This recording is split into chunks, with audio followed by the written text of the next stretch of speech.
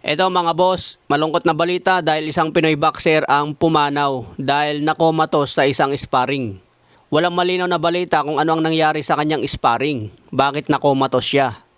Nagsuot ba siya ng headgear? Nagsuot ba ng mas malaking gloves? Proper ba yung mga ginamit nila sa kanilang sparring?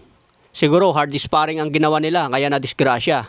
Itong si Jordan Atlaw ang naibalita ko dati na nakomatos. Pero sinabi na okay naman ang kalagayan niya noon. Naging successful ang operasyon. Pero kanina nga lamang po nabalitaan natin na pumanaw na pala siya. Kaya condolence na lang po sa pamilya ni Jordan Atlaw. Napakahirap talaga maging boksingero. Dahil sensitive ang utak natin, maalog lang yan, delikado na.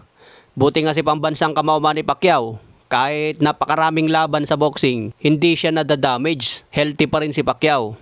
Kaya ang pagiging boksingero, kailangan talaga ng matinding kondisyon. Hindi ka pwedeng lumaban na lang na bara-bara. Kaya sa mga kabataan na gusto maging boksingero, ingat lang at kailangan mag-training ng matindi para kondisyon. Sa iba pang balita, Nonito The Flash Donaire, sinabi kanina sa kanyang face-off kay Masuda, susundin lang nila ang kanilang game plan at naniniwala silang makuha ang panalo. Hindi lang naman left hook ang pamatay ngayon ni Donaire. Kung mapapansin ang huling laban niya kay Seiya Tsutsumi, malalakas na rin yung right uppercut ni Donaire at yung mga body shot niya. Sinabi pa naman ni Rico Masuda, alam niya na malakas ang left hook ni Donaire at yun daw ang babantayan niya. Malaking pagkakamali ni Masuda ito kung left hook lang ang babantayan kay Donaire. Dahil malakas ang dalawang kamao ni Donaire. Meron din yan counter straight. Kapag bumato ka ng jab, kaka-countering ka ng straight agad sabay body shot. Kaya magandang bakbakan ito ngayong linggo. Dehado pa rin si Donaire dito pero naniniwala ako na kaya niyang manalo. Kahit edad 43 na, magagamit pa rin niya ang kanyang experience. Sa ibang banda naman, Jack Tepora, binanatan si Casimero, talagang hindi niya tinantanan. Basahin natin yung mga pinagsasabi ni Jack Tepora kay Cuadro Alas.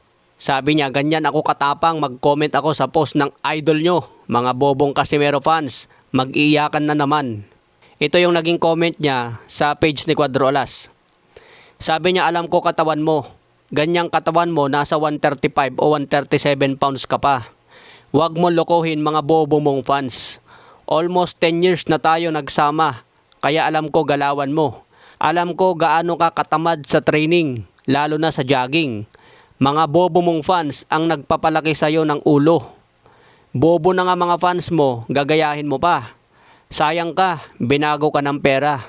Yung sumpaan natin sa isa't isa, nawala ng dahil sa pera. Ano kaya yung sumpaan nila sa isa't isa mga boss? Sabi pa niya rito, pero good luck sa paparating mong laban. Timbang lang makakatalo sa'yo. Pero sa mga kalaban mo, hindi ka kayang talunin. Aba, bumawi naman mga boss.